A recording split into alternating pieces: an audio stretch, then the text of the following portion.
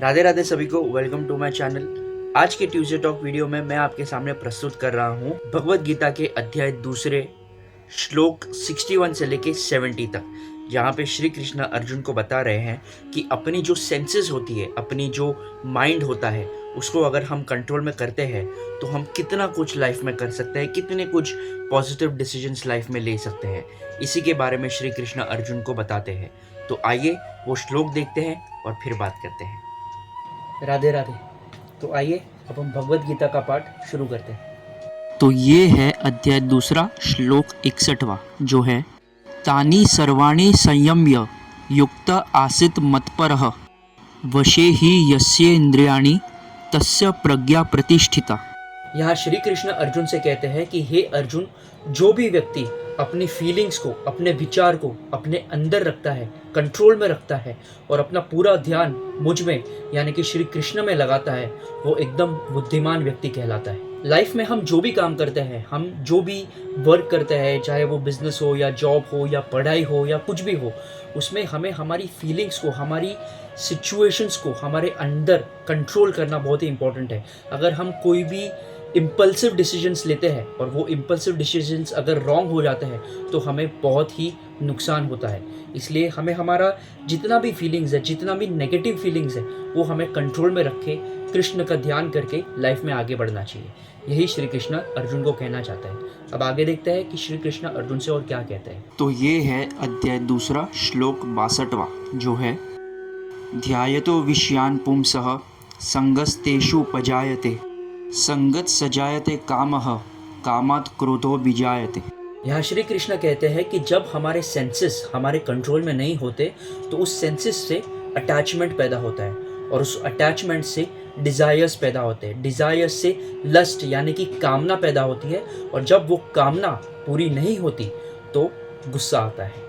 देखिए, ये पूरी दुनिया माया है और माया हमें डिज़ायर की तरफ खींचती है और जब हम ये डिज़ायर में डिस्टिंग्विश नहीं कर पाते कि कौन सा अच्छा है और कौन सा बुरा है, तब हम फंस जाते हैं, एक चक्रव्यूह में फंस जाते हैं और वो चक्रव्यूह से निकालने के लिए हमें कृष्ण की सहायता आवश्यक है। इसलिए श्री कृष्ण कहते हैं कि तुम मेरी शरण में आ जाओ और बाकी सब भूल जाओ, मैं तुम्हें राह दिखाऊंगा।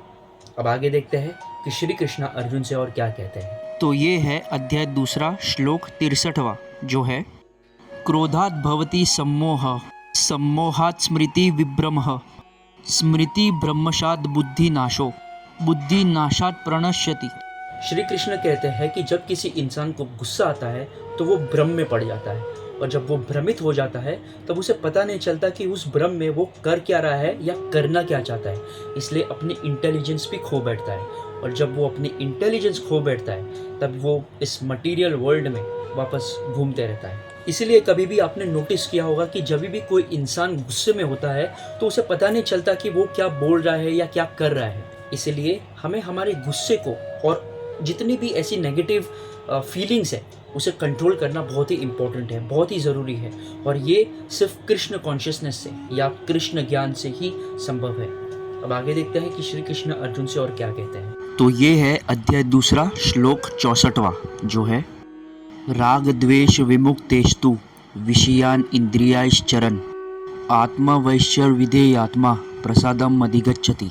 यहाँ कृष्ण कहते हैं कि जो भी इंसान अपने सेंसेस को एकदम कंट्रोल करना जान लेता है और उसे ये ज्ञान होता है कि अपनी फीलिंग्स को कहाँ, कैसे और कब यूज़ करना है, उस पर श्री कृष्ण की हमेशा कृपा रहती है। देखिए, कोई भी फीलिंग्स हो, चाहे वो एंगर हो या लव हो या जो भी हो, वो बुरी नहीं होती। फीलिंग्स तो फीलिंग्स होती है, लेकिन उस फीलिंग्स को कंट्रोल करना और उसे कब, कहाँ और कैसे यूज़ करना, ये इंसान को बहुत ही अच्छी तरीके से आना चाहिए।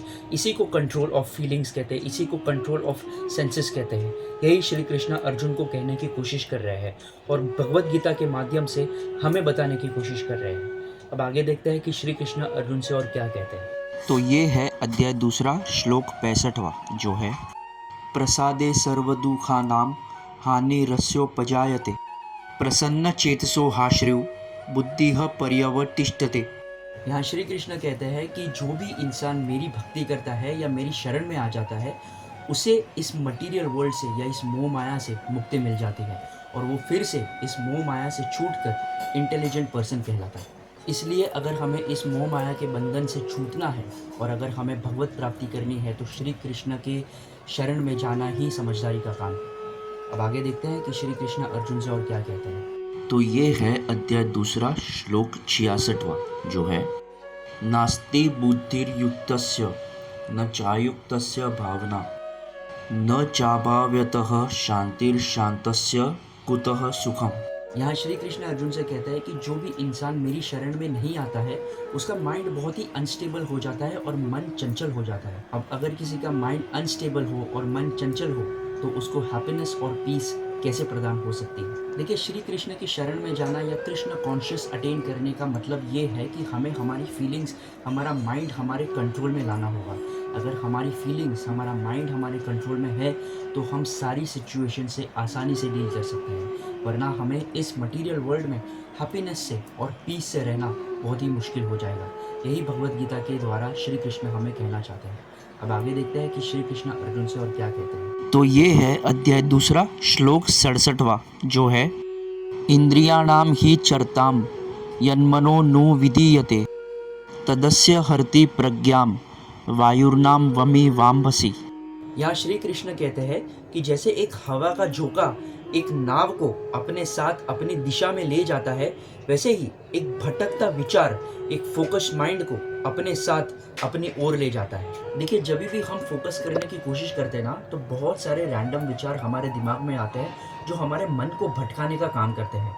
इसीलिए हमें कृष्ण कॉन्शियस में या कृष्ण ज्ञान में होना बहुत ही ज़रूरी है ताकि हमारे सेंसेस हमारे कंट्रोल में रहे। अगर हमारे सेंसेस हमारे कंट्रोल में रहेंगे, हमारी फीलिंग्स हमारे कंट्रोल में रहेगी तो हम दुनिया का कोई भी काम बड़ी आसानी से कर सकते हैं। यही श्री कृष्ण अर्जुन से कहते हैं। अब आगे देखते हैं कि श्री कृष्ण अर्जुन से और क्या कहते हैं। तो ये है अध्याय दूसरा श्लोक 68वां जो है तस्माद्यस्य महाबाहो निगृहीतानि सर्वशः इंद्रियाणि निन्द्रियार्थे व्यत्यस्य प्रज्ञा प्रतिष्ठिता। यहाँ श्री कृष्ण अर्जुन से कहते हैं कि हे अर्जुन, जिसकी भी सेंसेस अपने कंट्रोल में होते हैं और अपनी फीलिंग्स अपने कंट्रोल में होती है वो बहुत ही इंटेलिजेंट पर्सन कहलाता है। इसीलिए कभी भी कोई भी कार्य करने से पहले अपनी सेंसेस को अपने कंट्रोल में रखना बहुत ही आवश्यक है। देखिए, कोई भी व्यक्ति जब कृष्ण सर्विस में जुड़ जाता है या कृष्ण भक्ति में जुड़ जाता है तो उसके सेंसेस भटकना तो नामुमकिन है। इसलिए श्री कृष्ण कहते हैं कि तुम्हारा सारा ध्यान मुझ पे लगा दो पार्थ, और देखो कि आपके सारी चिंताएं कैसे मुक्त कर देता हूँ। अब आगे देखते हैं कि श्री कृष्ण अर्जुन से और क्या कहते हैं। तो ये है अध्याय दूसरा श्लोक 59वां जो है या निशा सर्वभूतानां तस्याम जागर्ति संयमी यस्याम जागृति भूतानि सा निशा पश्यतो मुने। यहाँ श्री कृष्ण अर्जुन से कहते हैं कि हे अर्जुन, जो भी साधारण व्यक्ति होता है वो रात को सोता है और दिन को जागता है, परंतु जो ज्ञानी व्यक्ति होता है वो दिन को सोता है और रात को जागता है।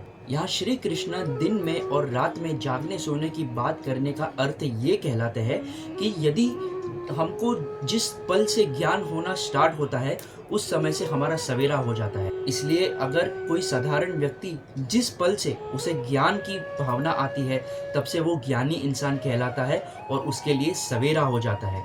परंतु अगर कोई ज्ञानी व्यक्ति भी साधारण मनुष्य की तरह से सोचेगा तो उसके लिए वो दिन में भी रात की तरह ही माना जाएगा। यही श्री कृष्ण अर्जुन को समझाना चाहते हैं। अब आगे देखते हैं कि श्री कृष्ण अर्जुन को और क्या कहते हैं। तो ये है अध्याय दूसरा श्लोक 70वां जो है आपूर्यमाणं चल प्रतिष्ठम समुद्रमापः प्रविशन्ति यद्वत् तद्वत् कामा यम प्रविशन्ति सर्वे स शांति मापनोति न कामकामी।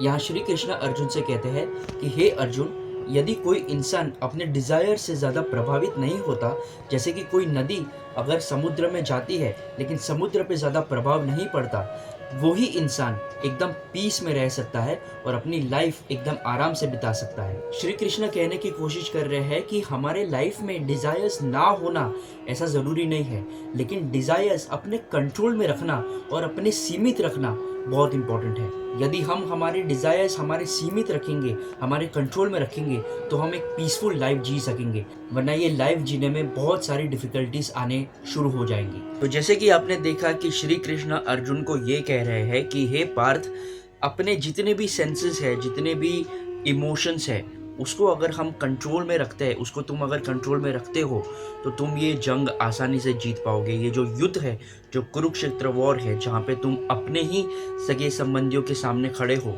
और उन पर हमला करने के लिए हिचकिचा रहे हो, वो हिचकिचाहट नहीं होगी, क्योंकि तुम जो हो, अर्जुन जो है, वो धर्म की ओर से है, और वो जो सामने है, भले ही उसके सगे संबंधी है, लेकिन अधर्म के मार्ग पर है।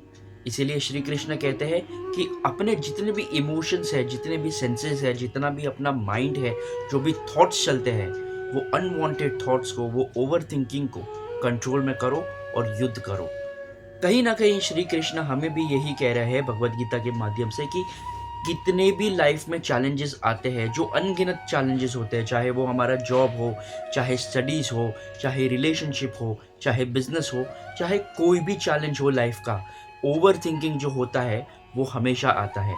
हमें हर एक चीज़ का स्ट्रेस होने लगता है, हर एक चीज़ की एंग्जाइटी होने लगती है, लेकिन अगर वो हम थॉट्स हमारे कंट्रोल में रखेंगे, हम भगवान का नाम लेंगे, श्री कृष्ण का नाम लेंगे, तो ये सारे के सारे जो थॉट्स है, ये सारे के सारे जो ओवर थिंकिंग की प्रक्रियाएं हैं, वो हम कंट्रोल में कर पाएंगे और कोई भी डिसीजन, कोई भी चीज़ आसानी से कर पाएंगे। यही श्री कृष्ण अर्जुन से कहते हैं और यही श्री कृष्ण भगवत गीता के माध्यम से हमें कहना चाहते हैं।